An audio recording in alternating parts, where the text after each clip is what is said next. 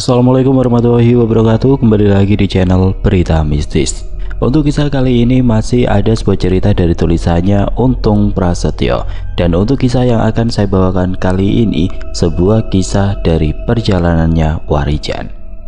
Kisah yang berjudul Calon Tumbal Pesugihan. Sebelum kita lanjut ke ceritanya, tekan dulu tombol like video ini dan jangan lupa tekan juga tombol subscribe channel ini. Nyalakan juga lonceng notifikasinya agar tidak ketinggalan cerita-cerita lainnya. Dan seperti apa untuk kisah kali ini? Langsung saja kita masuk ke ceritanya.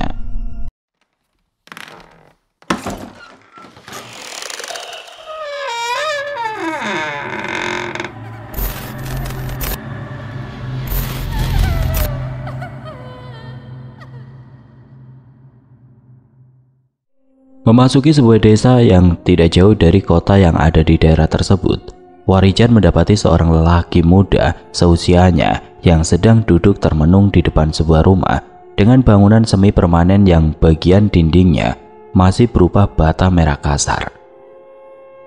Dari wajah lelaki muda itu, Warijan tahu jika orang itu seperti sedang menghadapi sebuah permasalahan besar. Dan nalurinya pun mengatakan jika Warijan harus membantu lelaki muda tersebut. "Kula nuwun, permisi mas," sapa Warijan yang seketika itu juga membuat sosok lelaki muda itu terkejut dan menatap Warijan dengan penuh tanda tanya. "Monggo, maaf mas, sampean mau mencari siapa ya?" tanya sosok lelaki muda itu penasaran. "Maaf mas, saya hanya ingin beristirahat sebentar. Saya ini sedang dalam perjalanan menuju ke sebuah tempat." "Walah, monggo mas, monggo. Saya pikir sampean temannya Mas Budi yang dia ceritakan itu," balas lelaki muda itu dengan ramah. "Matur nuwun mas, perkenalkan nama saya Warijan," ujar Warijan sambil mengulurkan tangannya. "Nama saya Bambang mas, monggo duduk dulu, biar saya ambilkan air minum dulu, monggo mas," balas Bambang dengan keramahannya yang membuat Warijan merasa terharu. "Monggo diminum dulu, adanya cuma air putih, soalnya istri dan mertua saya sedang tidak di rumah," ucap Bambang sambil meletakkan ceret tempat air minum dengan 2 gelas dengan motif bunga berwarna merah. "Terima kasih mas, maaf jadi merepotkan sampean," balas Warijan sambil tersenyum. Setelah keduanya berbincang saling memperkenalkan diri, Bambang pun mulai menceritakan tentang permasalahan yang sedang dihadapinya. Dan tanpa terasa air matanya menetes di pipinya. Hingga hal itu membuat Warijan merasa sangat tersentuh. "Sudah berapa lama mas, anak sampean mengalami penyakit aneh itu?" tanya Warijan dengan rasa keingintahuan yang mendalam. "Sudah hampir 6 bulan ini mas. Semua pengobatan sudah kami lakukan. Mulai dari ke puskesmas desa hingga ke rumah sakit umum daerah sudah kami lakukan. Bahkan sudah ada 3 orang pintar yang mencoba mengobati penyakit anak saya itu. Tapi semua belum menunjukkan hasil yang baik," balas Bambang menjelaskan. "Mohon maaf sebelumnya, kalau sampean mengizinkan, saya bersedia membantu," ucap Warijan yang langsung disambut senyum hangat dari Bambang. "Iya mas, terima kasih. Tapi bukannya saya menolak. Saya hanya tidak ingin merepotkan sampean, apalagi kita baru saja bertemu," balas Bambang dengan bijak. "Bagi saya, semua orang yang saya temui dimanapun adalah saudara mas. Dan saya harus membantu saudara saya yang sedang menghadapi sebuah persoalan," balas Warijan yang membuat Bambang merasa tersentuh dengan kata-kata itu. "Baiklah mas, jika sampean mau membantu saya hanya bisa mengucapkan terima kasih yang sebesar-besarnya. Tapi saya tidak dapat memberi apapun mas, karena hewan ternak kami sudah habis dan sekarang saya sedang menawarkan beberapa petak ladang dan sawah untuk biaya pengobatan," ucap Bambang yang menjelaskan keadaannya kala itu. "Tidak usah dipikirkan mas, semoga saja anak sampean cepat mendapatkan kesembuhannya dan saya akan berusaha sebisa mungkin untuk mencari penyebab sakitnya anak sampean itu," balas Warijan dengan tenang. Setelah itu Warijan pun meminta izin untuk melihat kamar yang biasa menjadi tempat tidur dari anak tersebut. Dan tanpa sedikit pun keberatan, Bambang pun langsung mengajak Warijan untuk masuk ke dalam rumahnya dan memperlihatkan sebuah kamar yang ditempatinya bersama anak dan istrinya. Dengan kepekaan spiritualnya, Warijan pun mulai merasakan jika di tempat itu ada getaran energi negatif yang terselubungi oleh energi lain yang menyamarkannya. Namun Warijan yang telah memiliki banyak pengalaman serta memiliki sosok makhluk gaib pendamping yang memiliki kekuatan besar, dia tidak kesulitan mencari sumber energi itu. "Ini adalah ulah dari makhluk gaib pemberi pesugihan, Jan," ujar sosok Ki Condrowongso yang langsung hadir ketika Warijan memanggilnya. "Di mana sumber dari energi itu berasal, Ki?" tanya Warijan melalui batinnya. "Sebaiknya jangan kita ganggu dulu tempat makhluk itu berada, Jan. Sepertinya akan lebih baik jika kita hancurkan dulu tabir energi yang melapisi energi jahat itu. Nanti ketika sudah siap, kau pancing dia untuk keluar dari sarangnya. Dan jika perhitunganku benar, maka makhluk itu akan mengejarmu karena dia menganggap kau telah mengganggu ketenangannya.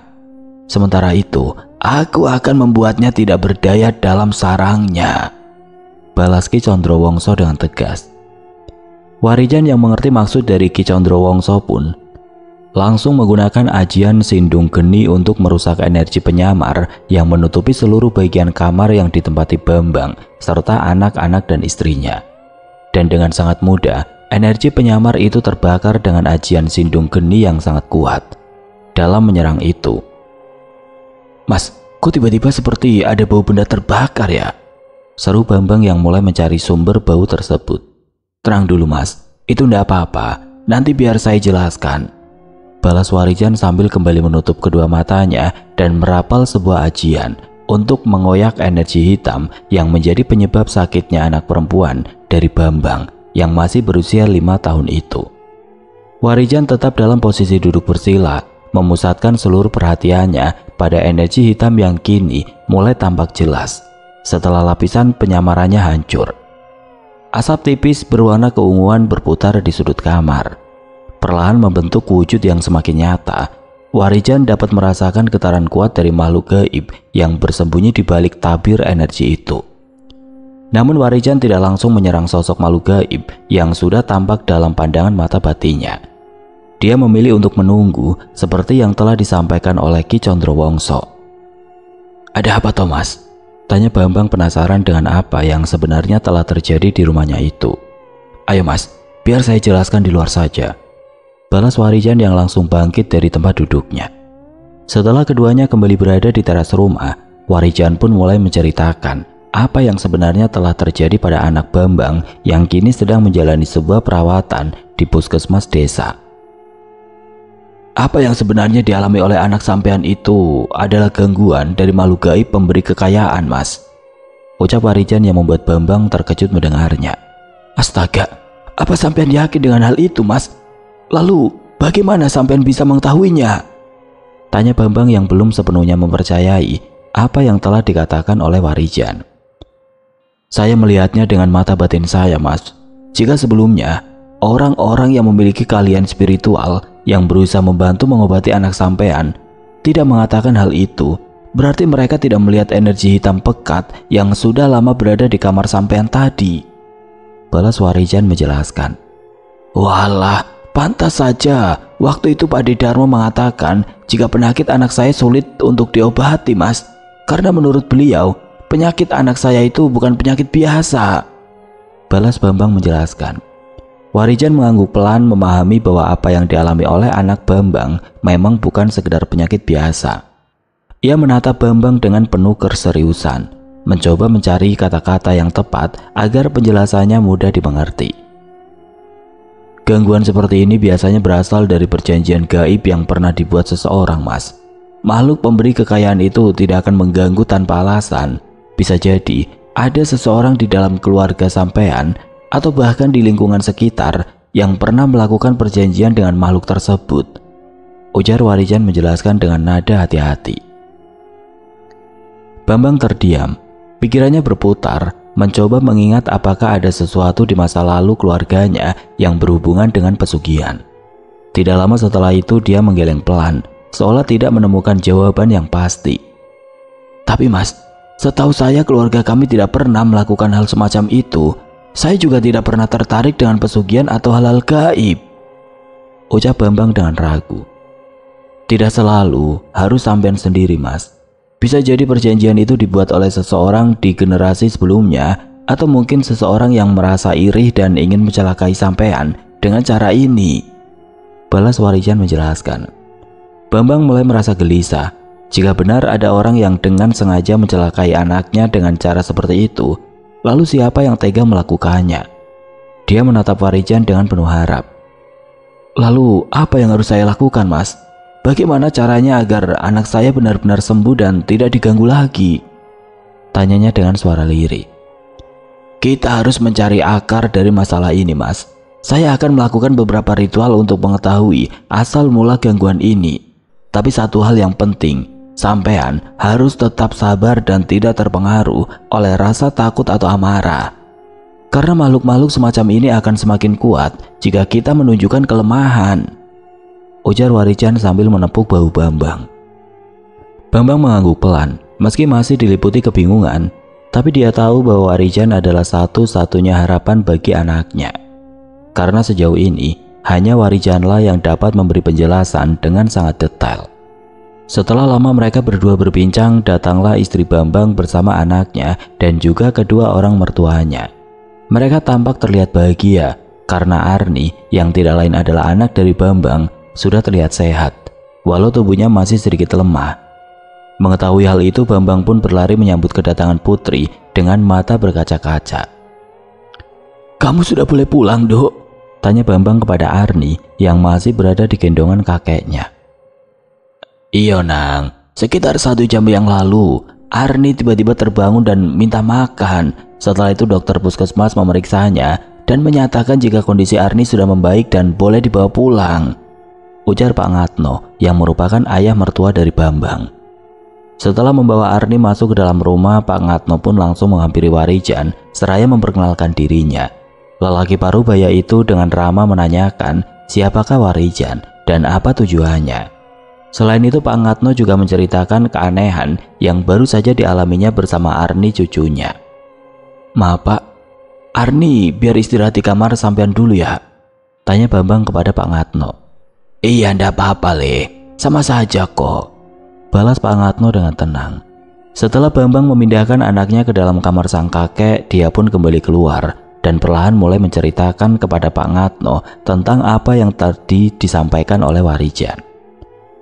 Pak Ngatno mendengarkan penjelasan Bambang dengan seksama, sesekali mengangguk-angguk, meski raut wajahnya menunjukkan keterkejutan dan kebingungan. Sesaat setelah Bambang selesai berbicara, lelaki parubaya itu menarik nafas panjang, lalu menatap Warijan dengan penuh rasa ingin tahu. "Jadi menurut Mas Warijan, yang mengganggu Arni itu makhluk gaib pemberi pesugihan?" tanyanya dengan suara sedikit bergetar. "Benar Pak, saya melihat sendiri jejak energi hitam yang menyelimuti kamar tempat Arni tidur.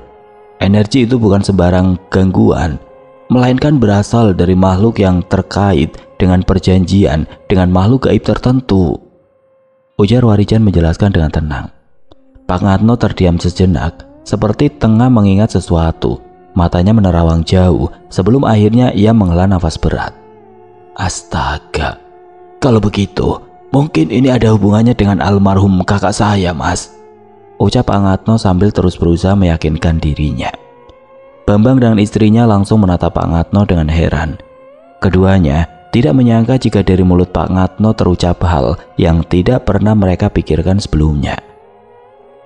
"Maksud Bapak, ada seseorang di keluarga kita yang pernah melakukan perjanjian semacam itu?" tanya istri Bambang dengan ragu. "Dulu Pak Hardo pernah terlibat dengan sesuatu yang aneh, Nduk. Dia hidup berkecukupan secara tiba-tiba, padahal sebelumnya hidupnya serba kekurangan. Beberapa orang sempat menduga dia melakukan pesugihan, tapi tidak ada yang berani menanyakan langsung kepadanya. Namun setelah beliau meninggal 15 tahun lalu, keluarganya mengalami banyak kesulitan. Bahkan beberapa anggota keluarganya jatuh sakit tanpa sebab yang jelas," ucap Pak Ngatno menceritakan.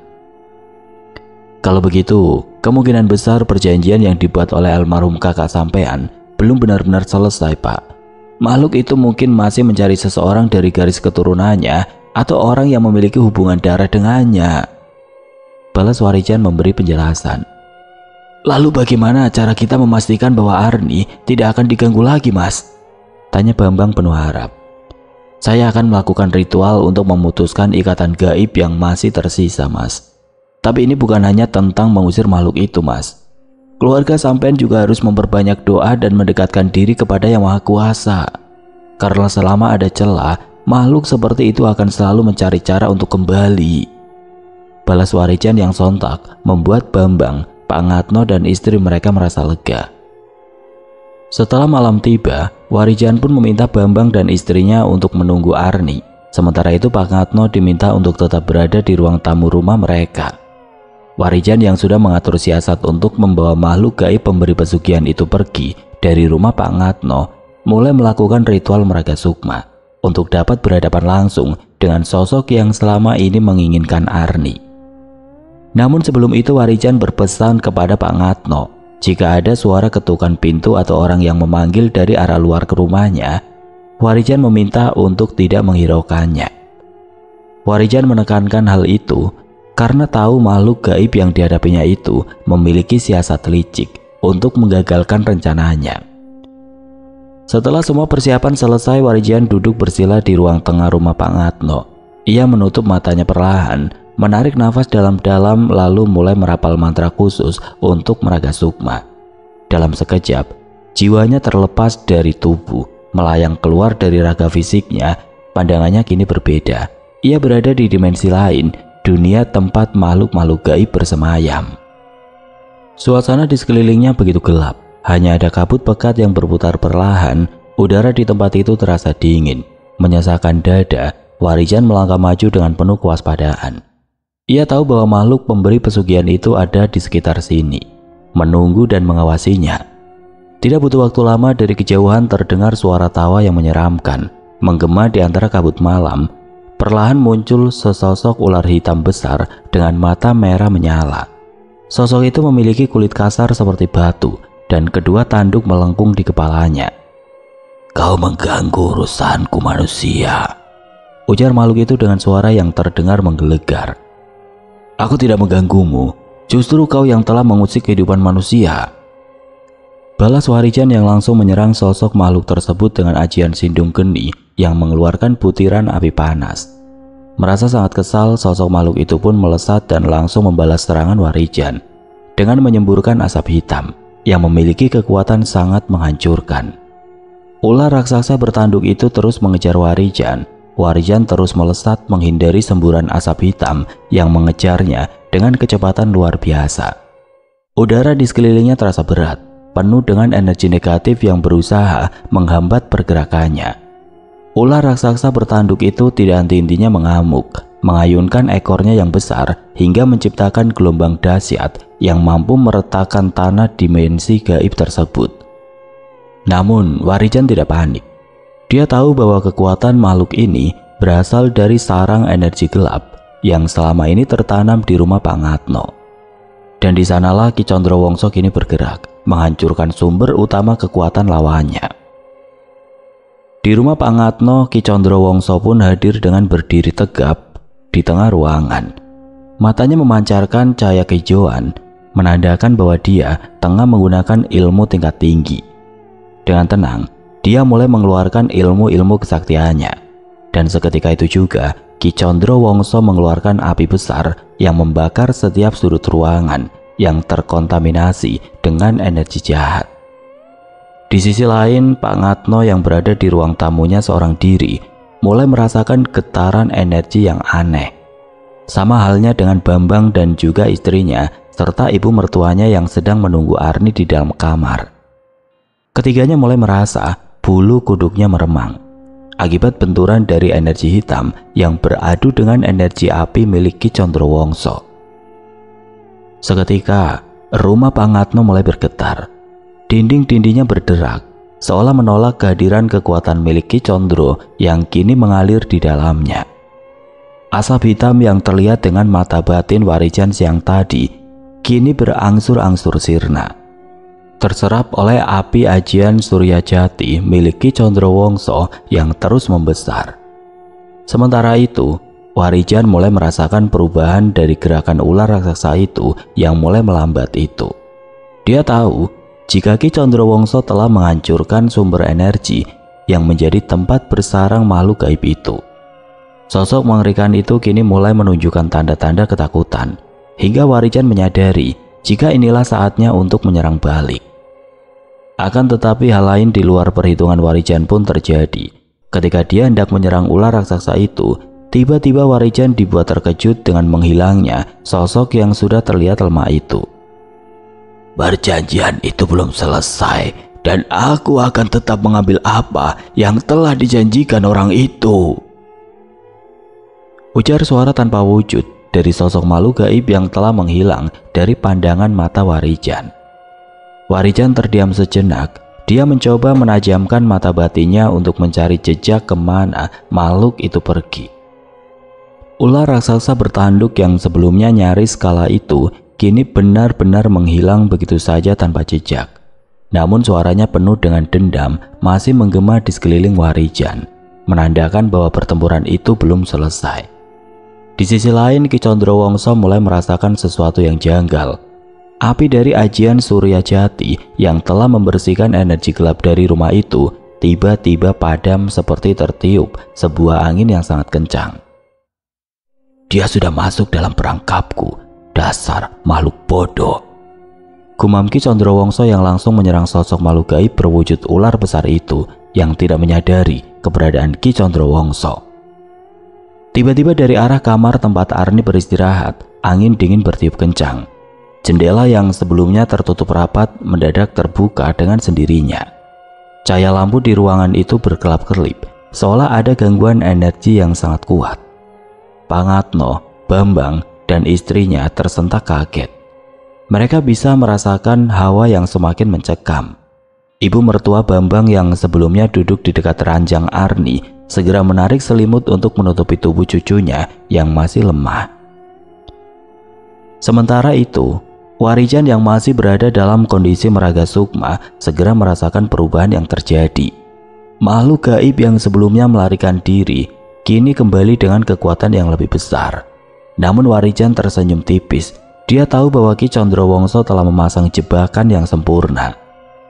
Di dalam kamar, udara semakin terasa dingin dan tiba-tiba terdengar suara desisan panjang yang menggema di seluruh rumah. Bau anyir memenuhi ruangan membuat ibu mertua Bambang semakin erat memeluk cucunya. Sementara itu Bambang dan istrinya tampak berdiri ketakutan. Dan Pangatno terlihat mulai kebingungan dan tubuhnya sudah dipenuhi keringat dingin. Selamat datang di rumahku, makhluk pencari tumbal, ujar Ki Condrowongso yang langsung mengherdik sosok ular hitam tersebut dengan kekuatan penuh. Mendapatkan serangan yang tidak terduga, perlahan sosok makhluk berbentuk ular raksasa dan bertanduk itu mulai menggeram kesal. Matanya merah menyala, tubuhnya berkilau dengan sisik hitam pekat yang memancarkan aura gelap. Mulutnya terbuka, mengeluarkan uap hitam yang langsung memenuhi ruangan dengan bau busuk yang menusuk hidung. Kau pikir bisa menipuku, makhluk rendahan? Balas sosok makhluk itu dengan suaranya yang bergetar penuh kemarahan. Perjanjian ini belum selesai dan anak itu adalah milikku, imbu sosok itu lagi. Jika kau mampu, ambil anak itu, makhluk bodoh, balas Ki Condrowongso yang lalu membacakan mantra untuk perangkap gaib yang sebelumnya telah dipasangnya. Tidak lama kemudian Warijan datang dan langsung berdiri di samping sosok Ki Condrowongso. Dia melihat langsung bagaimana perangkap gaib yang dibuat oleh Ki Condrowongso itu mulai bekerja dan mengekang sosok ular hitam raksasa itu. Sosok ular raksasa itu menggeram keras, berusaha melawan jerat gaib yang mulai membelenggunya. Matanya yang merah menyala tampak membelalak, penuh amarah dan ketakutan, serta energi hitam pekat yang sebelumnya menguar dari tubuhnya perlahan terkikis oleh cahaya yang bersumber dari mantra Ki Condrowongso. Aku tidak akan semudah itu kau kalahkan, ujar makhluk itu sambil terus meraung. Tubuhnya menggeliat dengan liar, mencoba melepaskan diri dari cengkeraman energi yang membelenggunya. Kau memang makhluk kuat, tapi kau terlalu bodoh. Aku sudah mempersiapkan ini jauh sebelum kau menyadarinya, balas Ki Condrowongso. Dengan satu gerakan cepat, Ki Condrowongso menghentakkan tongkat kayunya ke tanah, mengirimkan gelombang energi yang semakin memperkuat jerat gaib tersebut. Cahaya kemasan mulai muncul dari dalam tanah, membentuk garis-garis rumit yang semakin mempersempit ruang gerak sang ular raksasa. Di sisi lain, Pak Ngatno yang merasa sudah sangat ketakutan dengan suasana mencekam di rumah, dikejutkan oleh suara ketukan pintu yang terus memanggil namanya. Di tengah kebingungannya itu, dia kembali teringat akan apa yang tadi disampaikan oleh Warijan. Namun suara yang sangat dikenalnya itu membuatnya mulai bergerak ke arah pintu, walau tubuhnya masih gemetar ketakutan. Lek Ngatno, bukakan pintunya, Lek, ini aku, ujar suara yang terdengar begitu akrab, seolah milik seseorang yang dikenalnya dengan baik. Keringat dingin mengalir di pelipisnya, hatinya berdebar kencang, dan rasa ragu antara menuruti suara tersebut atau tetap berpegang pada pesan Warijan mulai dialaminya. Lek, ini aku, Lek Ngatno, tolonglah, Lek, bukakan pintu, ujar suara yang terdengar sangat mengganggunya itu. Rasa sungkan pun muncul dalam hati Pak Ngatno. Dia merasa tidak enak hati dengan suara yang terus memanggilnya dari arah luar rumahnya. Hal itu pun membuat Pak Ngatno memaksakan langkahnya hingga dia sampai di depan pintu dan hendak membuka pintu rumah tersebut. Jangan dibuka, Pak Ngatno, itu bukan manusia, ujar Warijan dengan tegas. Mendengar hal itu, Pak Ngatno pun tersentak dibuatnya. Dia menoleh dengan cepat dan melihat Warijan sudah berdiri di sana. Dengan tatapan matanya yang tajam menatap keadaan sekitar penuh kewaspadaan. Tiba-tiba suara ketukan di pintu berubah menjadi dentuman keras, seolah sesuatu sedang menggedor dengan penuh kemarahan. Suara lirih yang sebelumnya lembut berubah menjadi pekikan mengerikan. Bersamaan dengan itu, dari celah di bawah pintu, asap hitam pekat mulai merayap masuk ke dalam rumah, menciptakan aura yang jauh lebih mencekam. Pak Ngatno mundur dengan nafas memburu, menyadari bahwa apapun yang ada di balik pintu itu bukanlah seseorang yang dikenalnya, melainkan sesuatu yang jauh lebih mengerikan. Itu adalah Wadyabala dari makhluk yang sedang mengincar Arni, Pak, ujar Warijan dengan wajahnya yang terlihat tenang, namun siap untuk menyerang sosok-sosok makhluk gaib yang memaksa untuk masuk. Asap hitam yang merayap dari celah pintu semakin pekat, menyebarkan bau anyir yang menusuk hidung. Pak Ngatno merasakan tengkuknya meremang, tubuhnya gemetar, dan kakinya seolah tertahan di lantai. Dari balik pintu, suara mengerikan itu kembali terdengar. Kali ini berubah menjadi bisikan yang berulang-ulang. Buka pintunya, buka pintunya, buka pintunya. Bisikan itu terdengar seperti suara seseorang yang kesakitan, namun di baliknya ada nada licik yang membuat bulu kuduk Pak Ngatno berdiri. Warijan yang berdiri di samping Pak Ngatno segera merogoh sesuatu dari dalam saku bajunya, segenggam tanah halus yang akan dia jadikan senjata untuk menyerang sosok yang ada di balik pintu rumah Pak Ngatno. Apa yang harus kita lakukan, Mas? Sepertinya makhluk-makhluk itu tidak akan membiarkan kita semua hidup malam ini, ujar Pak Ngatno dengan tubuhnya yang semakin gemetar. Sampean tenang saja, Pak. Yang penting saat ini, jangan biarkan suara itu mempengaruhi pikiran sampean, ujar Warijan dengan suara pelan namun penuh ketegasan. Pak Ngatno mengangguk dengan ragu, lalu mundur beberapa langkah, sedangkan Warijan lalu melemparkan tanah yang digenggamnya itu ke arah celah pintu, yang langsung menjadi butiran api kecil yang menyerang kepulan asap hitam tersebut. Walaupun sudah mendapatkan serangan telak dari ajian Sindung Geni yang membuat kepulan asap hitam itu perlahan menghilang, namun sosok yang berada di luar rumah belum juga mau pergi. Warijan yang tidak ingin Pak Ngatno terus ketakutan mulai merapal mantra untuk kembali meraga sukma dan menghadapi sosok makhluk gaib yang ada di luar rumah itu. Dan begitu Warijan melesat, dia tidak menyangka jika dirinya telah dikepung oleh sosok-sosok makhluk gaib yang menjadi Wadyabala makhluk gaib yang telah dikurung oleh Ki Condrowongso. Belasan makhluk gaib itu menatap ke arah Warijan dengan penuh rasa amarah dan siap untuk menghabisinya. Warijan berdiri tegap di antara belasan makhluk gaib yang mengelilinginya. Tubuhnya yang berselimut cahaya kebiruan menjadi satu-satunya penerang di tengah kegelapan pekat yang menyelimuti tempat itu. Angin dingin berembus dengan kencang, membawa serta bisikan-bisikan gaib yang terdengar seperti rintihan makhluk-makhluk yang telah terikat dalam perjanjian kelam. Di hadapannya sosok-sosok gaib berwujud mengerikan mulai bergerak mendekat. Ada yang menyerupai bayangan tanpa wajah, Ada yang bertubuh kurus dengan kulit bersisik dan beberapa lainnya berbentuk makhluk-makhluk berkaki banyak dengan tangan panjang yang meneteskan cairan hitam. Warijan tetap tenang. Dia tahu bahwa makhluk-makhluk ini bukanlah sekedar makhluk gaib biasa, melainkan para pengikut setia dari makhluk berwujud ular hitam besar yang sebelumnya berhasil dikurung oleh Ki Condrowongso.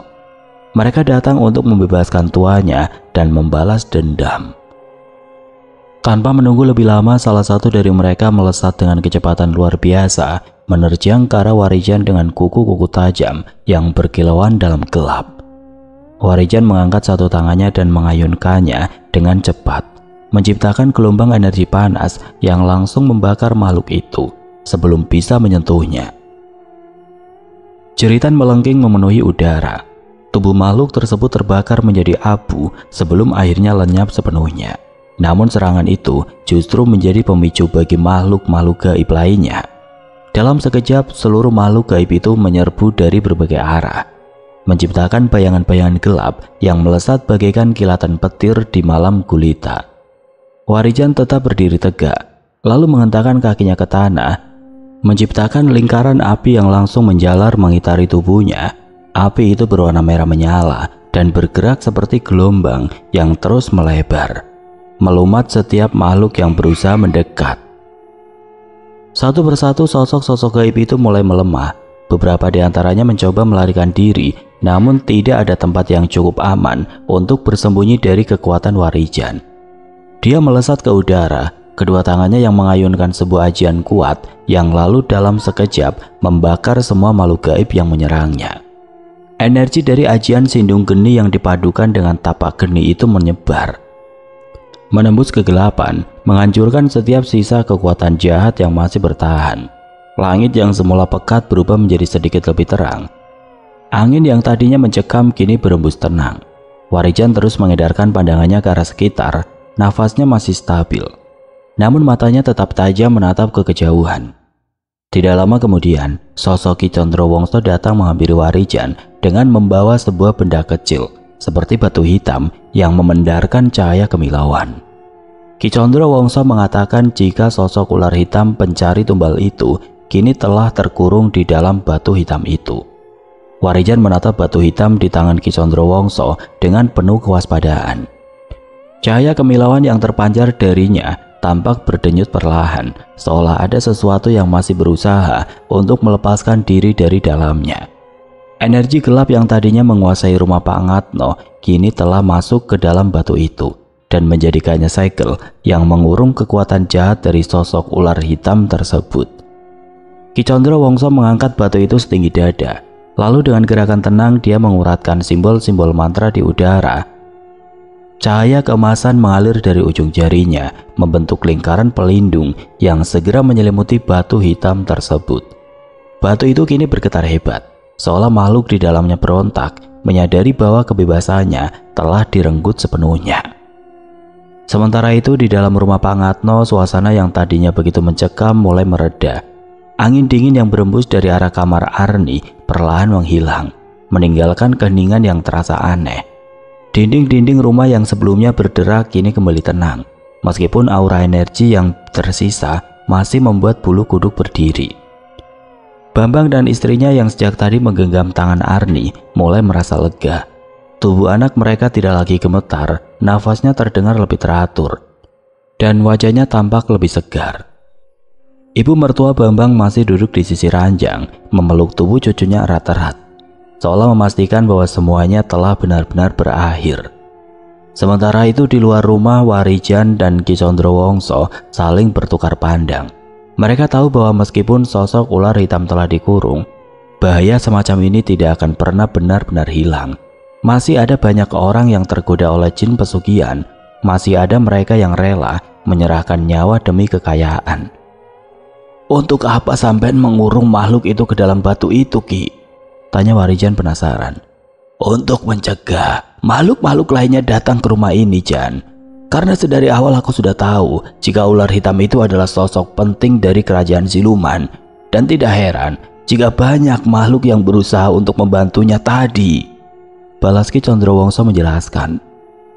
"Lalu, apakah batu itu akan kita buang, Ki?" Tanya Warijan penasaran. Tidak, Jan. Kita harus membawa batu ini sebagai alat untuk memancing makhluk-makhluk gaib yang berusaha membebaskan sosok ular hitam itu. Balas Ki Condrowongso yang syarat pengalaman itu. Warijan mengangguk paham. Meskipun jauh di dalam hatinya, dia merasa sedikit was-was. Karena batu hitam itu bukan sekedar benda mati, melainkan sebuah segel yang menahan kekuatan besar di dalamnya. Memilikinya berarti sama saja dengan membawa bara api di tangan, yang setiap saat bisa menjadi pemicu kedatangan makhluk-makhluk lain yang ingin membebaskan ular hitam tersebut. Ki Condrowongso menggenggam batu itu erat, merasakan energi yang masih berdenyut di dalamnya. Dengan pengalaman dan ilmu yang dimilikinya, dia tahu betul bahwa ini bukan akhir dari segalanya. Justru ini adalah awal dari pemburuan yang lebih besar. Sementara itu langit di atas mereka tampak semakin pekat, seperti menyimpan sesuatu yang belum tersingkap. Angin malam berembus perlahan dan suasana di sekitar rumah Pak Ngatno memang telah kembali tenang. Dia menatap Ki Condrowongso yang masih berdiri tegap. Matanya yang tajam memandang lurus ke depan, seolah sedang menantang apapun yang mungkin datang berikutnya. Warijan tahu perjalanan mereka belum selesai. Jika ada satu makhluk kuat yang telah dikalahkan, maka akan ada yang lain yang datang menggantikannya. Ki Condrowongso kemudian berpamitan kepada Warijan. Dia mengatakan jika dia akan kembali ke tempat asalnya untuk menemui sosok Brajamusti. Setelah kembali ke dalam tubuhnya, Warijan pun mulai memperhatikan keadaan di dalam rumah Pak Ngatno. Dia segera menghampiri Pak Ngatno yang masih terlihat gemetar ketakutan. Bersamaan dengan itu, Bambang pun keluar dari dalam kamar. Dia merasa sangat tidak percaya dengan apa yang telah dia dan keluarganya alami malam itu. Dengan rasa penasaran yang membuncah dalam hatinya, Bambang pun menanyakan keadaan keluarga mereka untuk kedepannya. Semua sudah berakhir, Mas. Makhluk-makhluk gaib itu tidak akan mengganggu keluarga sampean, dan soal siapa yang telah melakukan pesugihan itu, tidak usah lagi sampean semua pikirkan. Karena pastinya orang yang telah melakukan perjanjian terlarang dengan makhluk-makhluk gaib pasti telah mendapatkan karma atas apa yang telah mereka lakukan. Ujar Warijan menjelaskan. Terima kasih banyak, Mas. Sungguh kami sangat berutang budi kepada sampean. Mungkin jika sampean tidak datang, maka anak kami akan menjadi korban dari perjanjian terlarang itu, Mas. Balas Bambang dengan mata berkaca-kaca. Warijan hanya tersenyum tipis, kemudian menepuk bahu Bambang dengan lembut. Dia memahami betul ketakutan dan keterkejutan yang masih menyelimuti keluarga itu. Malam ini telah menjadi saksi dari pertarungan antara dunia nyata dan dunia gaib, dan pertarungan antara kegelapan melawan cahaya. Pak Ngatno yang masih terduduk di sudut ruangan perlahan menarik nafas panjang. Rasa takut masih menyelimuti hatinya, namun ucapan Warijan sedikit banyak memberinya ketenangan. Istri Bambang keluar dari kamar, menatap suaminya dengan wajah penuh kelegaan. Dia segera menghampiri Arni yang masih terlelap di tempat tidur, memastikan bahwa putrinya benar-benar dalam keadaan baik.